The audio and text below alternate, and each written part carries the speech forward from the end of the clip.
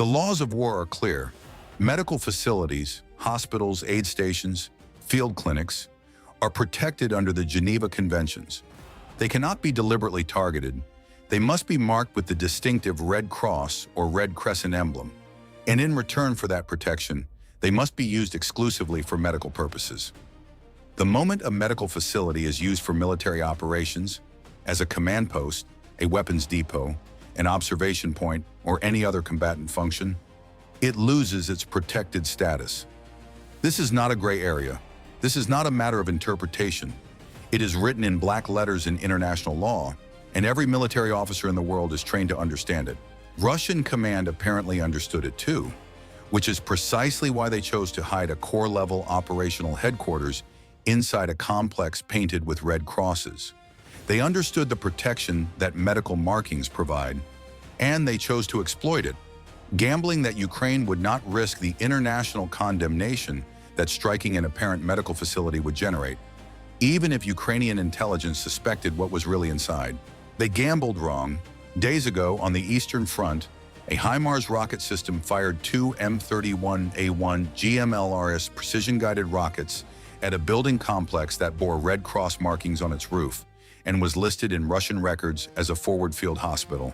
The rockets, each carrying a 90-kilogram high-explosive fragmentation warhead guided by GPS to a precision of approximately 2 meters, struck the main building within 1 second of each other.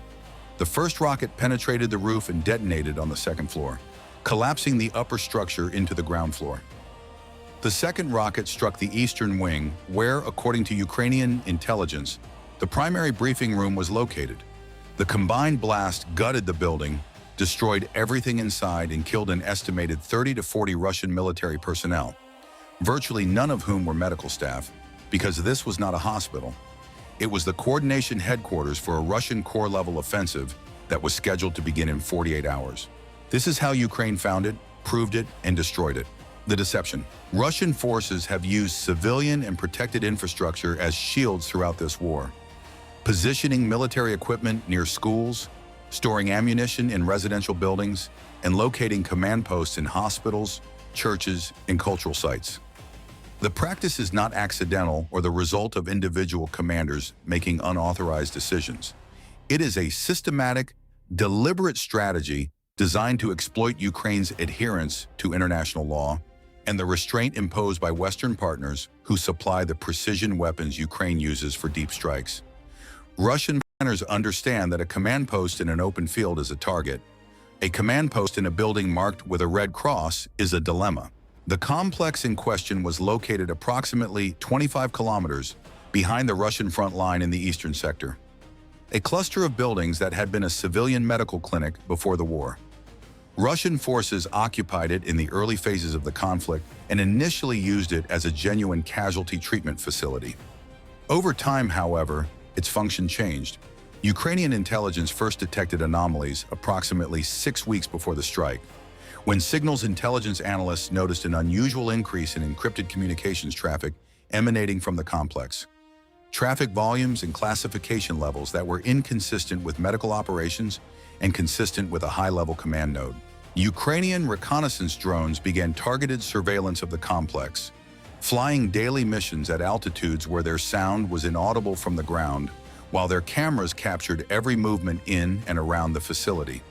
What they observed over the following weeks built an overwhelming case that confirmed the initial suspicions and eliminated any possibility of innocent explanation. Instead of ambulances and medical transport vehicles, armored staff vehicles arrived at the complex daily. UAZ command cars bristling with communications antenna arrays, BTR-82A-based mobile command posts with distinctive additional antenna mounts, and armored SUVs of the type associated with senior officer transport in VIP protection details. These vehicles arrived in small convoys, typically between 0730 and 09 mi, and departed in the late afternoon, a pattern consistent with a headquarters that operated on a daytime briefing cycle, not a hospital that would receive casualties around the clock. Officers in combat uniforms entered the building carrying briefcases, laptop bags, and document tubes. Not medical supplies, not IV bags, not surgical kits. They walked with the purposeful stride of staff officers arriving for briefings, not the urgent pace of medical personnel responding to wounded. The complex's parking area, which a functioning field hospital would fill with ambulances, medevac vehicles, and medical supply trucks, instead contained military communications trucks with satellite uplink dishes extended on their roofs. Dishes that were oriented toward Russian military communication satellites and generated electromagnetic signatures that Ukrainian signals intelligence correlated with Corps-level encrypted command traffic. Soldiers manning the perimeter security were not medical orderlies in white coats. They were combat troops equipped with AK-12 assault rifles, modern body armor with plate carriers, and tactical radios operating on frequencies associated with command security detachments. Their positions were reinforced with sandbags and firing ports, defensive preparations appropriate for protecting a high-value military target, not a medical facility. Most tellingly, Ukrainian drones observed that the Red Cross markings on the building's roof appeared to be recently painted. The paint was visibly brighter and cleaner than the surrounding weathered roofing material, with sharp edges and no fading, suggesting it had been applied weeks rather than months ago, after the building's conversion from medical use to military headquarters. The original civilian medical clinic signage remained in place on the building's facade, but the facility's actual medical equipment, hospital beds, surgical lights, portable X-ray units, sterilization equipment, was visible through windows, stacked haphazardly in a courtyard and covered with tarps. It had been removed from the building to make room for map tables, communications consoles, server racks, and the infrastructure of a military command center. A functioning hospital does not stack its beds outside in the rain. Ukrainian signals intelligence continued monitoring the complex's communications and identified the call signs as belonging to a Corps-level coordination group, a headquarters responsible for planning and synchronizing operations across multiple divisions and an entire sector of the front. Intercepted fragments of transmissions, not the encrypted content but the procedural exchanges surrounding it, referenced preparations for a main effort scheduled for a specific date approximately 2 weeks from the intercept, along with coordination with artillery, air defense, and logistics units across the sector. The complex was not merely a command post. It was the nerve center for a major Russian offensive. Ukrainian military lawyers reviewed the intelligence package and confirmed what the evidence made clear. The complex had lost its protected status under international humanitarian law the moment it began functioning as a military headquarters. The Red Cross markings were not a shield. They were a deception, and under the laws of armed conflict, using protected emblems to shield military objectives is itself a war crime. The legal clearance for the strike was given. At the strike, Ukrainian planners selected HIMARS as the strike weapon for several reasons. The M31A1 GMLRS rocket provides a combination of range, precision, and warhead effect that is ideally suited to high-value point targets like command posts. Its GPS guidance allows it to hit a specific building, even a specific room within a building, from distances of up to 80 kilometers. Its flight time from launch to impact is short enough to minimize the risk of the target being alerted and evacuated. And its 90-kilogram warhead is powerful enough to destroy a reinforced structure, but focused enough to avoid the kind of widespread destruction that would damage surrounding civilian buildings. A consideration that Ukrainian planners prioritize in every strike, particularly those near civilian infrastructure. The strike was timed for a moment of maximum occupancy. Ukrainian intelligence had established the daily pattern of the headquarters. Senior officers arrived between 8 and 9 Rex. A morning operational briefing began at approximately 9:30 and typically lasted until 11 show, and the building reached peak occupancy during this window. The strike was scheduled for 10:15, midway through the briefing, when the maximum number of officers would be in the main briefing room in the adjacent communications center. The HIMARS launcher, positioned at a concealed site well behind Ukrainian lines, fired 2 GMLRS rockets at 10:12. The rockets climbed into the late February sky, their solid fuel motors propelling them along a ballistic trajectory toward the target. The morning was overcast, temperatures hovering just above freezing, the air damp with the promise of early spring rain that had turned the unpaved roads around the complex into rivers of mud. Russian air defense systems in the area did not detect the incoming rockets until they were seconds from impact. GMLRS rockets fly at supersonic speeds along trajectories that are difficult for radar systems optimized for slower, lower altitude threats to track and engage. The first rocket struck the roof of the main building at 10:14 and 12 seconds. The second struck 1 second later, approximately 15 meters east, directly above the briefing room. The impacts were sequential but effectively simultaneous from the perspective of anyone inside. The first detonation collapsed the roof and second floor into the ground floor, burying the communications center under tons of concrete and steel. The second detonation, landing on the already weakened structure, punched through to ground level and detonated among the debris, ensuring total destruction of everything in the building's eastern wing. The blast wave shattered windows and buildings across the complex. The communications trucks in the parking area, their antenna dishes still extended, their generators still running, were peppered with shrapnel that shredded their thin-skinned hulls and destroyed the sensitive electronics inside. 2 armored staff vehicles parked near the main entrance were overturned by the blast. The fuel from a generator that had been running beside the building ignited, adding a sustained fire to the destruction that burned for hours in the damp air. Ukrainian reconnaissance drones reached the site within 20 minutes. The main building was a collapsed shell, the eastern wing entirely gone, the western wing reduced to a single standing wall surrounded by rubble. Smoke rose from multiple points in the debris. There was no organized activity, no rescue teams, no vehicles moving, no signs of life around the destroyed structure. The security detail that had been manning the perimeter was gone, either killed by shrapnel or fled. The red crosses painted on the roof were now buried under the concrete that had once supported them. Confirmed losses. Ukrainian intelligence confirmed the following through intercepted communications, drone surveillance of subsequent Russian activity, and information from intelligence sources. Killed, the chief of staff of the Russian corps-level grouping, a colonel whose encrypted communication signature had been the primary indicator that led Ukrainian intelligence to the complex. His death was confirmed when Russian emergency protocols for the loss of a senior staff officer were activated on monitored frequencies.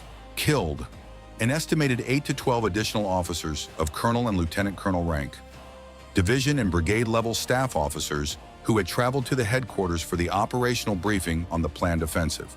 Killed, 15 to 20 junior officers, communications specialists, intelligence analysts, and operations staff who manned the headquarters on a daily basis. Killed, 5 to 8 soldiers from the security detail and vehicle crews who were in or near the building at the time of impact. Total confirmed killed, approximately 30 to 40 personnel, with an additional 10 to 15 wounded among those who were in the outer buildings and parking area. Equipment destroyed, communications equipment, encrypted terminals, servers, satellite uplink systems, mobile command post vehicles, armored staff vehicles, tactical maps, operational planning documents, and the entire infrastructure of the corps-level headquarters.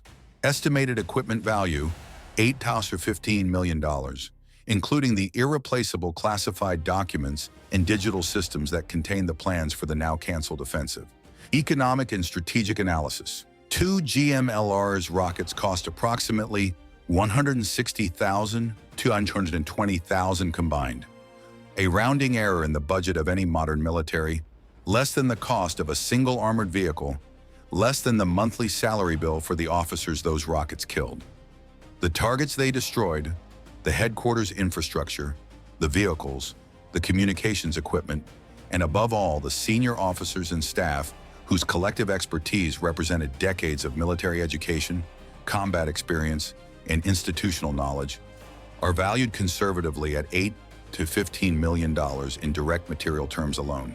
But material cost is the least significant measure of this strike's impact. The real cost to Russia is threefold. First, the offensive that never happened. The corps-level grouping had been planning a major push for weeks, assembling infantry and armored forces from multiple units, pre-positioning tens of thousands of artillery shells and mortar rounds, coordinating fire support plans with artillery brigades, synchronizing air defense coverage to protect the assault forces, arranging logistics for ammunition resupply and casualty evacuation, and rehearsing assault teams on terrain models built to replicate the objectives.